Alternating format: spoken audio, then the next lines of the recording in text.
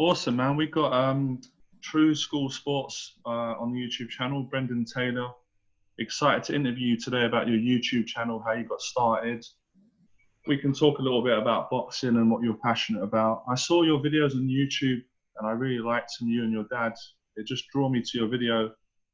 I could really relate to it. It was like when me and my dad watched boxing. So I watched one of your live streams, really liked it, like you and your dad, very genuine. So I wanted to get you on the channel, talk to you about boxing, and introduce you to the guys that watch my channel, and yeah, just have a nice conversation, see where it goes. Absolutely, man. I'm happy to have me on. I'm happy to be on here. And I'm honored that you asked me to do this because I don't really get a lot of interview requests, so it's cool to actually be on the other side because I'm usually the one doing the interviewing. So Right. That's great, man. So yeah, well, my conversations, I don't really plan. I just speak my mind. So first question, man, how did you get started with a YouTube channel, and like, what was your motivation and passion? Because I love YouTube, and it's not an easy thing to do. You've got to face a lot of fears and put a lot of effort in. So do you want to tell me how you got started and why you got started?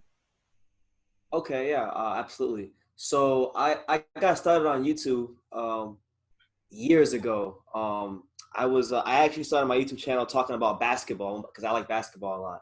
So I started my YouTube channel when I was in high school. It was my last year of high school when I started my YouTube channel, and then eventually I started making videos about basketball, and I would cover the news about basketball and whatnot. Then when I graduated high school, I got a chance to do like interviews with basketball players, right? So I did that for like a year or so, and then when I got more involved with the NBA, I didn't really like how the league was towards the media and how the players were. So then in 2015, I got a chance to cover a local fight in my area. I'm not sure if you're familiar with Shannon Briggs.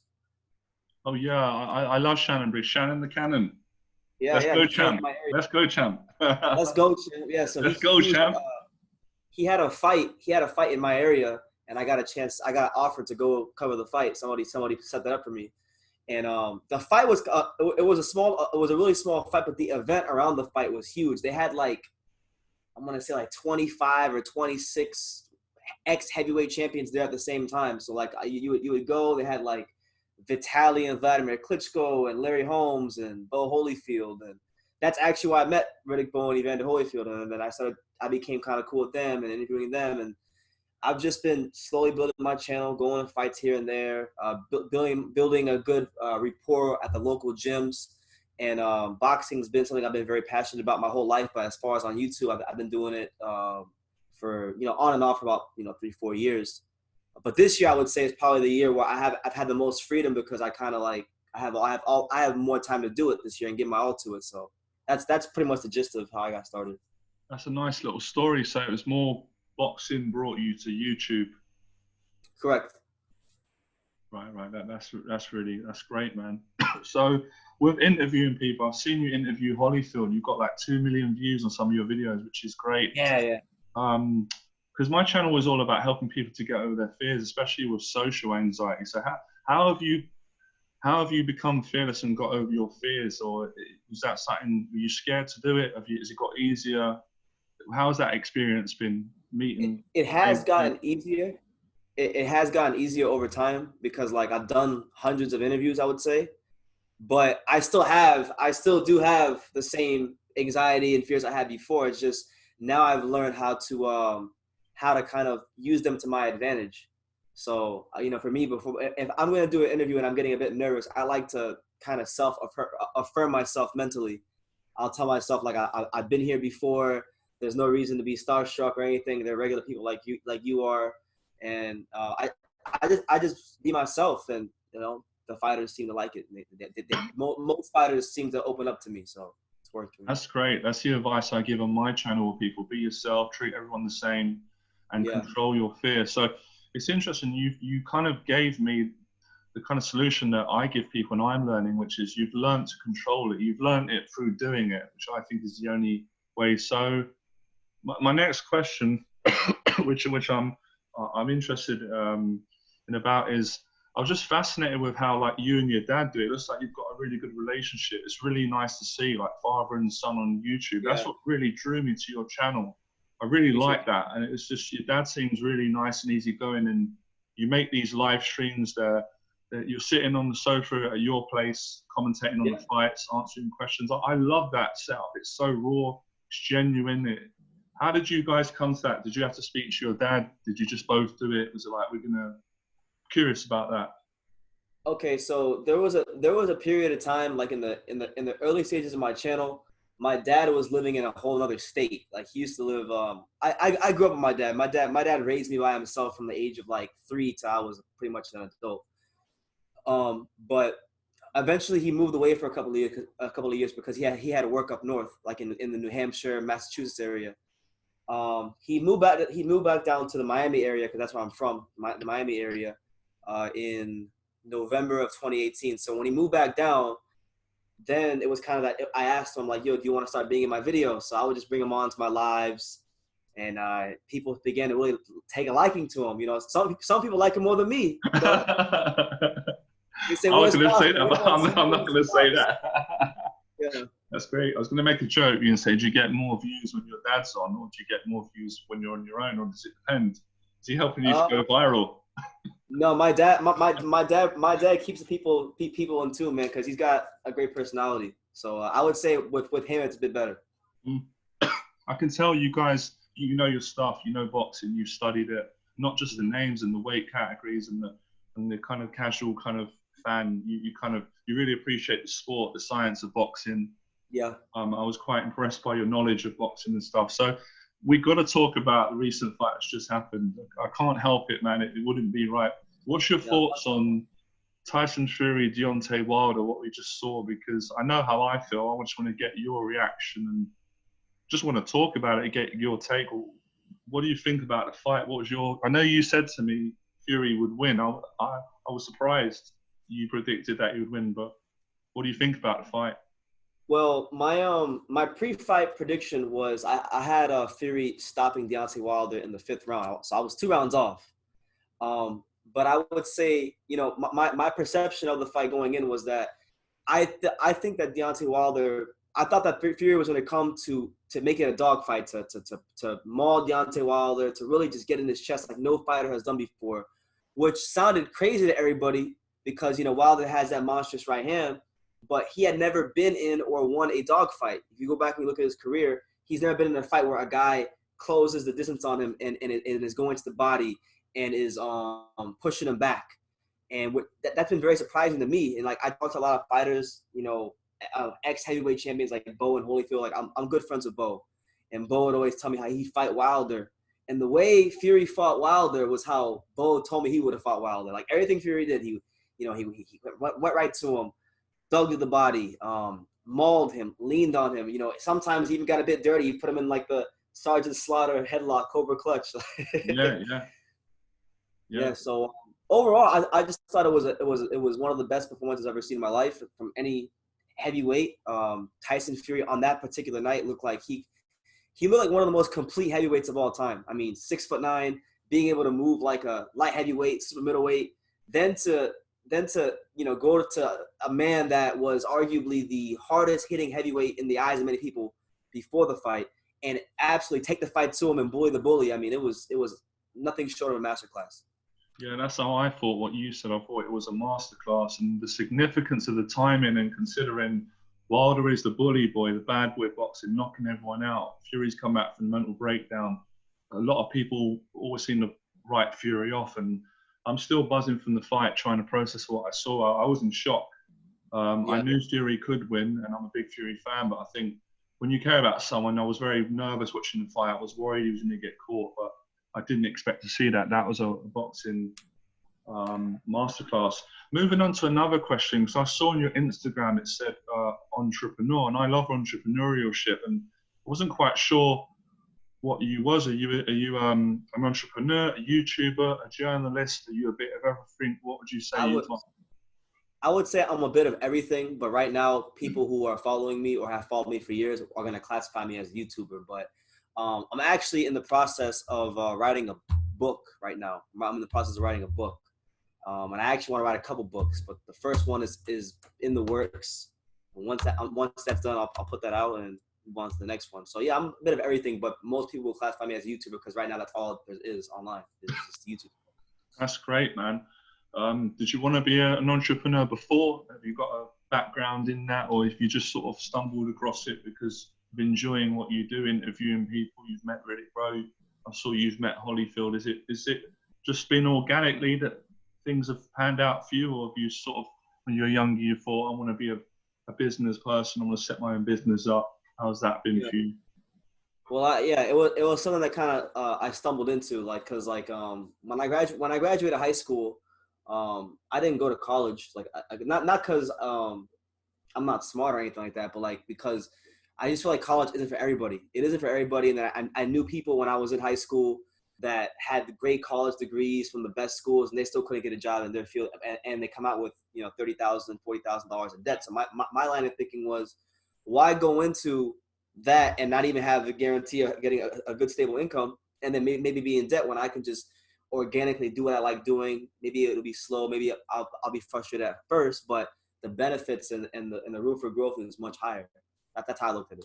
Yeah, that's a good point. A lot of people I speak to agree on that and see things like that. What do you think of social media today in terms of the negatives and the positives, and just how people act, how they are, how boxing is? Because things have changed so much in the last 10, 15 years, even the way we watch boxing. And, the fact that I can talk to you now about years ago, this would have been very difficult for me to meet you, connect with you, talk to you. I know. From the States, I'm from the UK, but now it's quite amazing that we can do it, and how I found your channel and how quick. So what's your thoughts on all that? Because that's just been on my mind lately with business, entrepreneurship, boxing, social media. Well, I like social. I mean, for me, I like social media because social media, it's benefited me. So I like social media. How has it benefited you then, would you say? But there are a lot of negatives too. It's benefited me because it shrunk the world. Like, it shrunk the world. Even though you're in somewhere in London, right? You said you were in like central London, right? Yeah, central London. Yeah. You're in central London. I'm in Miami, Florida. But here we are face to face, and now I made a connection online with somebody, and then if I go to the UK, I can go visit you, and I like how it shrunk the world. I like how because it shrunk the world, you get kind of into the minds of people from different places. Because where I live, Miami is different than most of it. It's its own world. Like, the rest of America is not like Miami. So it's always going from other places.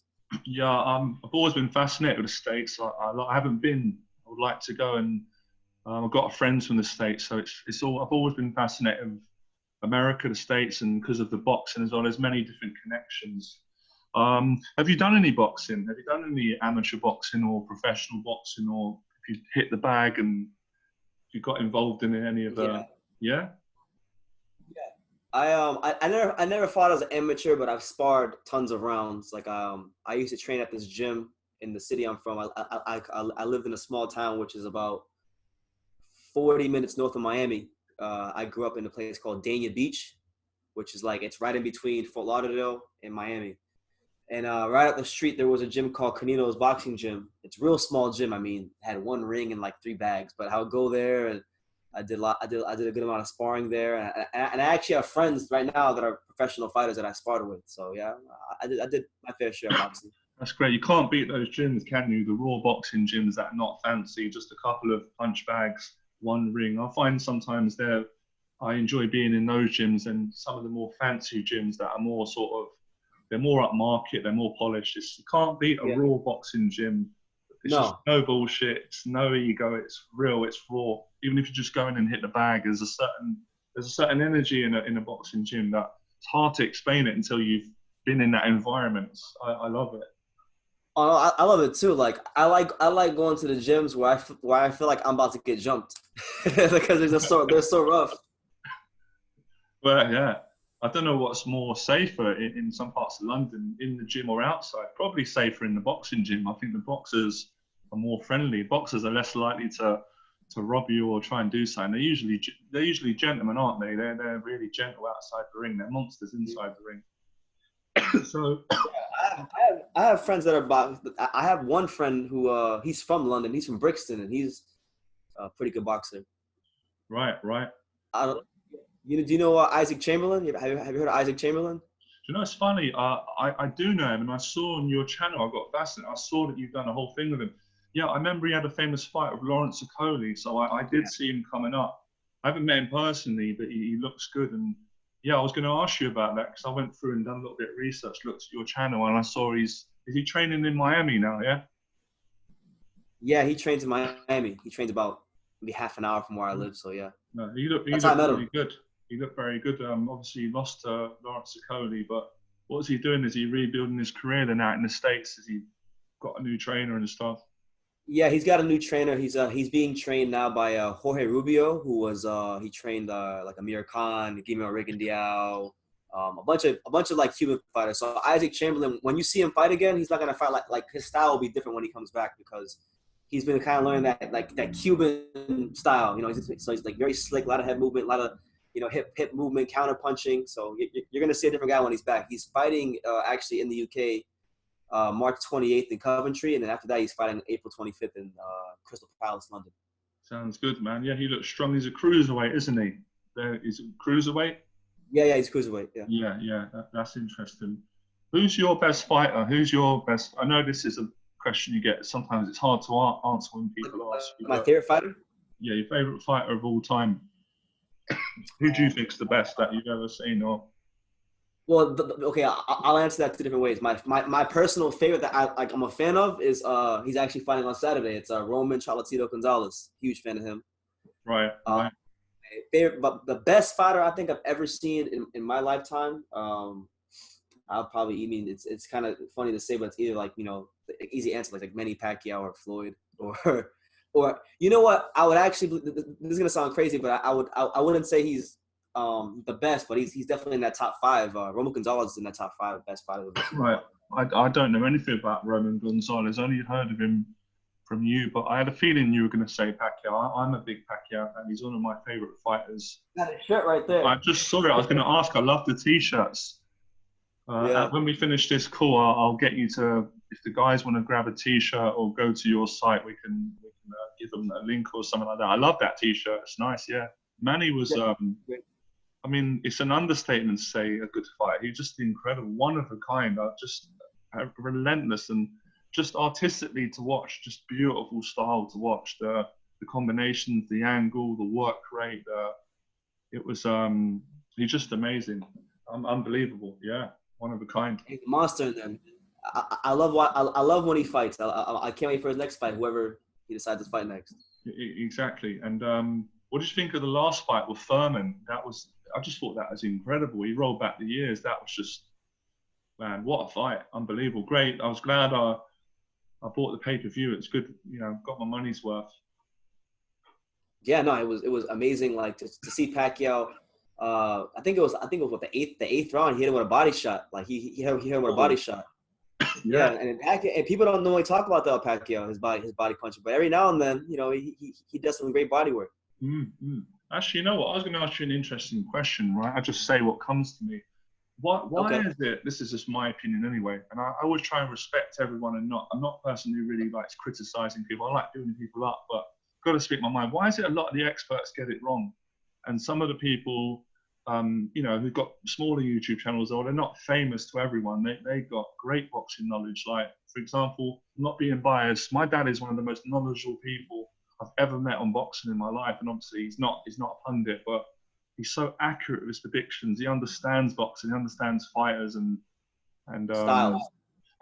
Styles. So I was going to ask you that. For example, I love Teddy Atlas and I love his podcast, but I've noticed he gets a lot of the big fights wrong. He was so adamant that Fury would lose, and a lot of the journalists in the States and in Britain, sometimes they get it really wrong. And there's always part of me that, I'm not a journalist, but it frustrates me because I'm like, just because you've been doing something 30, 40 years, sometimes I feel there's an arrogance that they think they know better than someone who isn't a pundit. And I think you don't need to be known or famous to be knowledgeable about something. Do you understand what I mean? So because of what you do, I wanted to know your feelings, because you got the Fury fight right, prediction, and a lot of they don't always get it wrong, but they get a lot of the big fights wrong. And they get it way out. They're like, there's no way Fury can go toe-to-toe with Wilder. He's going to get knocked out. Fury doesn't have the power. And Fury proved everyone wrong that he completely does have the power, and he said what he was going to do, and he went and did it. And I found Manny was sort of the underdog in a lot of fights. They'd say, oh, he's too small, he can't beat Miguel Cotto. He destroyed Cotto. He won't beat Margarito, and he done it. So why do so many people, like, they don't get it? They're so smart and intelligent, they still get it wrong. Why do you think that is? Now, the reason, this is my personal opinion from actually being around some of these people sometimes. A lot of times, I don't think a lot of the media members really do their due diligence like fighters.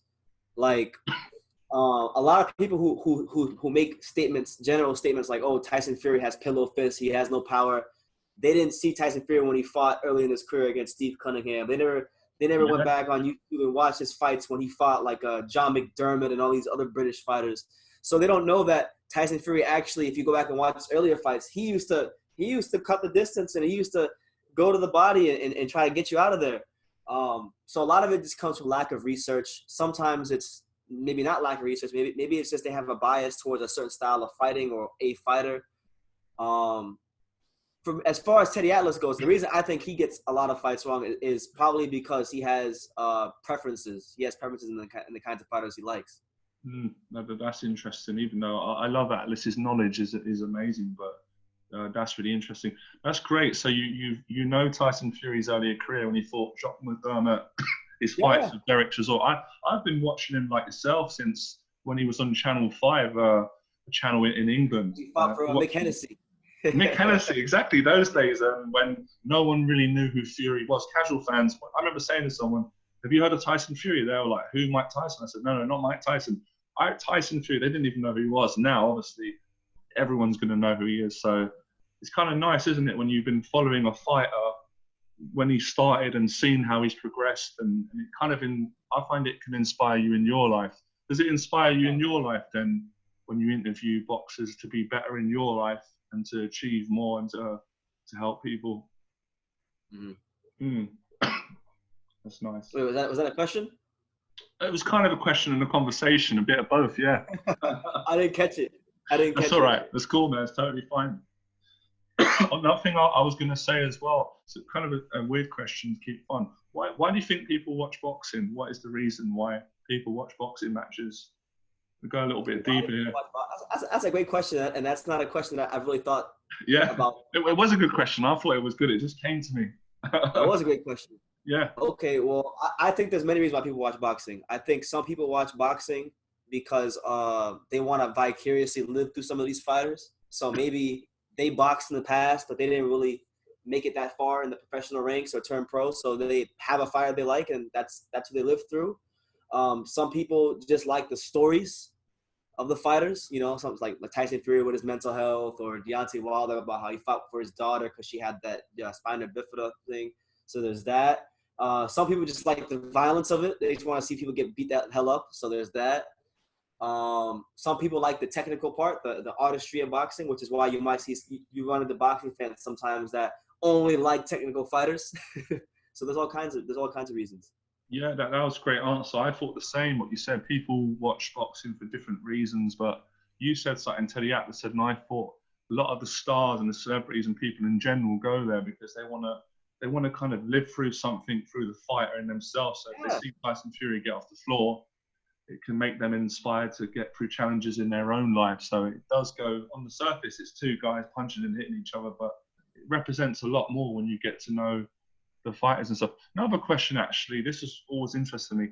Do the boxers look bigger when they're on TV as to when you see them in person? Because I found when I was growing up as a kid, you know, boxers look massive to me. Even the welterweight, they look like they had big muscles. But then sometimes when you see people in person, they're a lot smaller than you actually think, because you see them on the TV and it's obviously zoomed in it. And so I don't know. What's your thoughts on that? A boxer smaller in real life, because when you watch them growing up, we think they're like monsters. They're almost unhuman, unrelatable. It depends on the fighter, really. Like, I'm not a big guy to begin with. I'm maybe about 5'5". I'm not a big guy myself. So everybody's big to me. But I would say it depends on the fighters. Like, one fighter that I saw in person who's around my size, like he's around my height, but when I got in front of him, I was surprised with how wide and big he was. That's Kalia 5, the WBA super flyweight champion from Birmingham. Yeah, like he was pretty. He was bigger than I thought he would be in person. Holyfield was bigger than I thought he'd be in person. Right. Bo was massive. Right. Yeah, it depends. What do you think about Tyson Fury fighting Joshua? Who do you think wins that fight? Why do they win it? And what do you think would be the strategy and the game plan for either fighter or the fighter you pick to win? Okay. Well, if they fought, I think Tyson Fury would win that fight by unanimous decision. I think he would outbox Anthony Joshua. I think his approach to that fight would be a lot different than the Wilder fight, because with Wilder, Fury's team really did their due diligence, and they knew that Deontay Wilder had never been in a dogfight, and he can't fight off of his back foot. So they did the necessary things as far as his body with the weight, to put on the extra weight to make him not just fight that fight, but fight that fight in the most uncomfortable manner possible.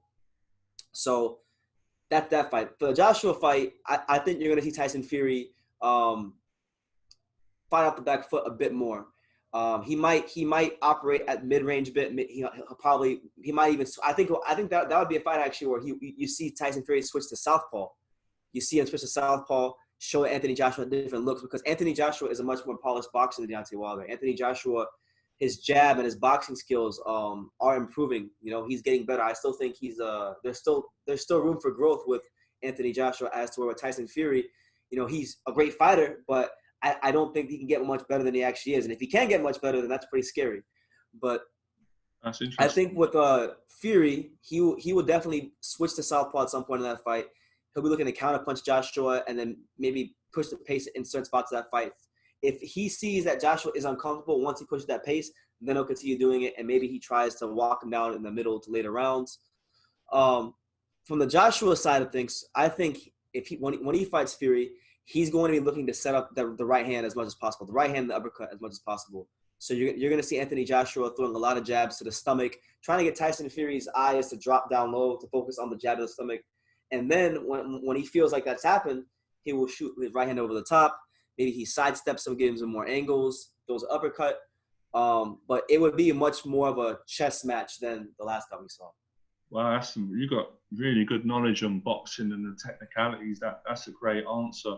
Where do you think? I was thinking about this last night. I was going to make a video myself, and I didn't. Where do you think Deontay Wilder goes from here? Do you think he can come back from that? Because I'll be honest with you, I'm a Fury fan, but I do really like Wilder. I think he's a gentleman, family man. I think underneath, obviously, the promotion and the facade that they put on, he's a good guy. But I was just thinking, can he come back from that mentally? That was a bad beating. That's just not losing. That was really a bad. He might never be the same fighter again, or maybe he'll come back stronger. Where do you think Wilder goes from here? I'm curious to know what your thoughts are. Yeah. So in the last couple of days, I've been doing lives on my channel, and I've been comparing Deontay Wilder in this fight to Sergey Kovalev when he got controversially stopped in the Andre Ward rematch. I think this fight is going to have a similar impact on Wilder as it did on Kovalev when he got stopped against Andre Ward. Right. Once Ward stopped Kovalev, whether you agree with that stoppage or not, because it was really controversial. Some of those shots were below the belt. It had an effect on him. But the aura of invincibility that he had as the crusher had been stripped.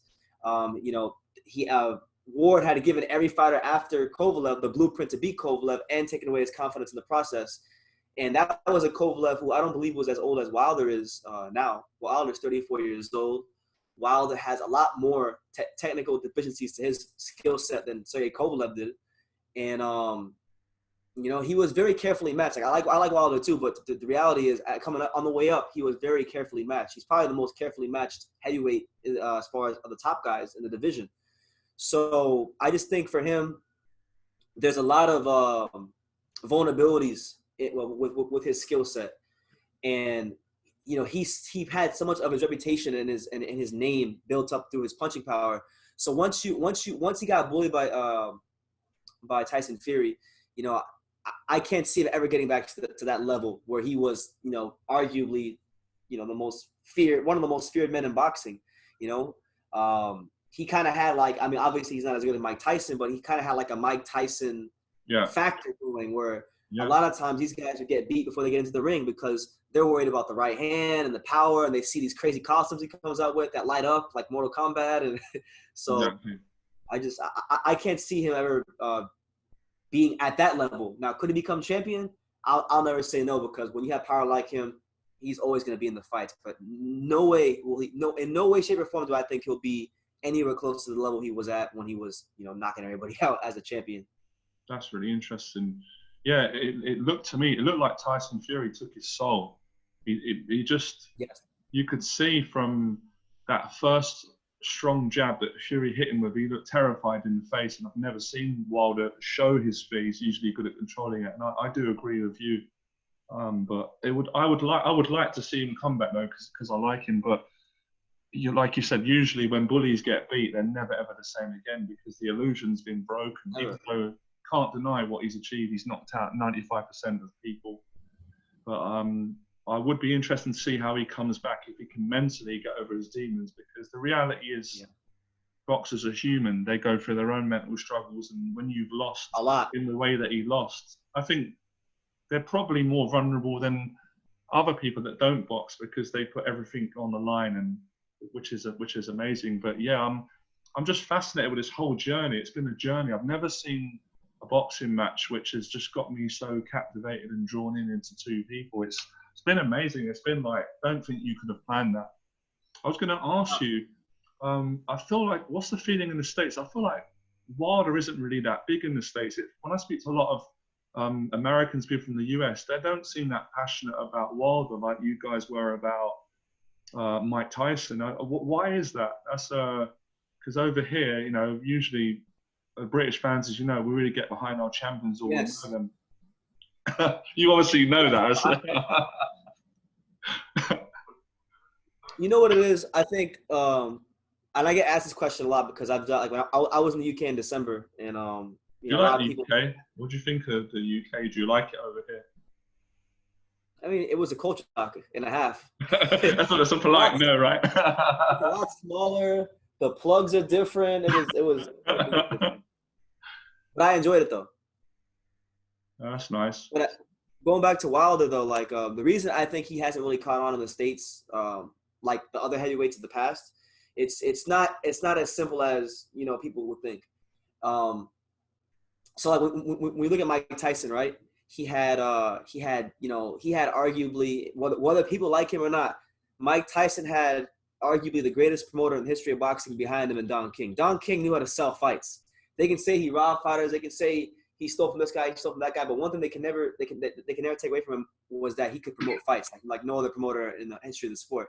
Yeah. So he had that going for him. Mike Tyson was also very controversial. Like he would say whatever was on his mind, and a lot of people got behind that. And then you had the whole custom model factor, and then he was the youngest undisputed heavyweight champion.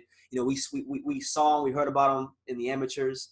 So it's a bit different than Wilder, who Wilder didn't have like he won a bronze medal, yes, but he really wasn't like a highly touted amateur.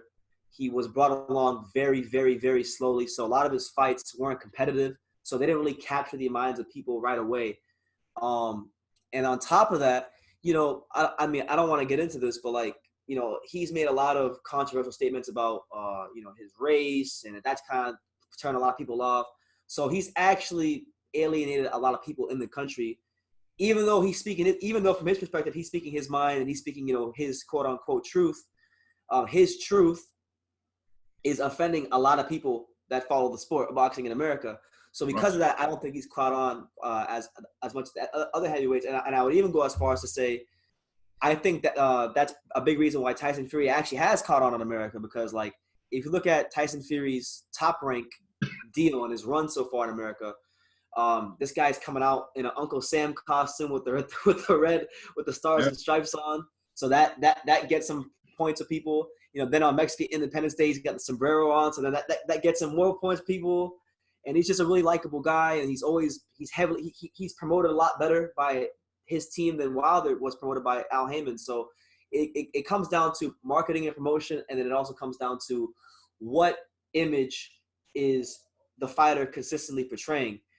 Wilder has a great story, but I don't think he does a good job of portraying the parts of the story that would really win people over. That's my opinion. No, that's really interesting. That kind of answered my question. It's kind of different today, isn't it? It feels like, excuse me, I've got this cough. It's not enough just to be a good fighter. People have got to like you outside the ring as well. You've got to know how to connect with people. Moving back to YouTube, I'm curious. What's your plans with your YouTube channel then? Do you want to grow it? Is it to help more people? I want to actually kind of get the motivation behind why you do your channel. I know you answered that a little bit before because you like boxing, but are there other reasons? Because I love YouTube. I really respect people that do YouTube because I know how much work it takes putting videos out. There's times you must not always feel like doing it. There's times you must feel like you love it. So what's the thought process with YouTube and what are your goals or your vision? Because you've got a big channel. You've got 25,000 subscribers. You've got 16 million views. Some of your videos I saw have got over 2 million views. You've interviewed a lot of high profile boxers. You travel around a lot. You're always doing video blogs, giving a lot of value, which I think is great. I got loads out of it, which is why we're here today. So yeah, I just want to kind of like know what you want to do with your channel and motivations. Okay, all right. So when I started my channel, like as far as when I started really covering boxing hardcore, one of the reasons why I got into it in the first place was because and I'm speaking from the American perspective. In our country, it's a bit different than the UK because I know in the UK boxing is a big sport. It's on Sky Sports, it's on TV, which is why like a lot of your guys as fighters that aren't even champions are just as famous as maybe some of the football players. Yeah. So, but in America, it's not like that. You know, we have a lot of America is a significantly bigger country, and there's a lot more entertainment options. So, for a boxer to really capture the imagination of people in America, it takes a little bit more, because here we have basketball, we have hockey, we have baseball, we have American football, we have now world football, soccer as we call it. We have college sports, which are very big here, like college basketball, college football. So these things, UFC, all these things are happening at the same time. So because all these things are happening at the same time, boxing has lost popularity.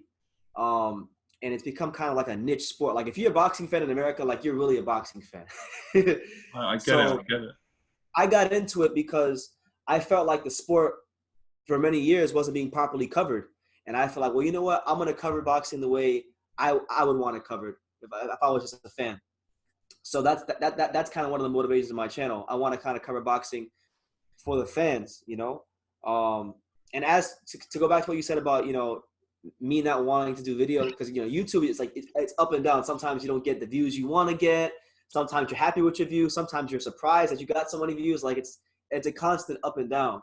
Like I would say like 80% of the time I don't want to be doing videos because I like doing the videos. Like I compare it to making kids. People want to make babies, but they don't want to take care of them. It's like I want to make YouTube videos, but I don't want to sit there and have to edit them all day. So I kind of compare it to that. But what I want to do with my channel is I want to just keep doing what I'm doing. I want to keep growing my channel. I want to continue to travel. I want to be a good ambassador for the sport of boxing. I want my channel to play a role in creating new boxing fans. I want to obviously take my channel and the success of it and parlay it into a decent, maybe a career one day. Write some books. That's pretty much the plan. That's great, man. I could sort of feel that of your channel. It's got a lot of potential. I like what you said. Is that where you got the name then? True School Sports. Sounds like what you said. I don't want to put words in your mouth. You can tell me you want to put the truth out there. You felt that in the boxing world, they're not always telling the truth, or you want to give it a different spin. And I found that in my industry, in industries where it's even growing up in school, it's just the way of the world. There's always people that are not telling the truth, and it's frustrating because I always think the truth is great. It's good enough, even if it offends some people. Why pussyfoot around it and be so politically correct? And just like what you do on some of your videos, you just get the video, you're with your dad, you're at home, you shoot it, you go live, and you talk boxing and tell the truth, and it's brilliant. It's just not, it's just getting straight into it. But I suppose not everyone thinks like that. But for those of us who do, I really value the truth in everything, especially in boxing. It's just so much more exciting and fun. I think anything that's not the truth is boring. It's fake. It's boring. Very like politically correct world these days. Like everybody wants to be cool with everybody. And it's like, no, you can't please everybody. You can't. And You can't. if that's how you live your life,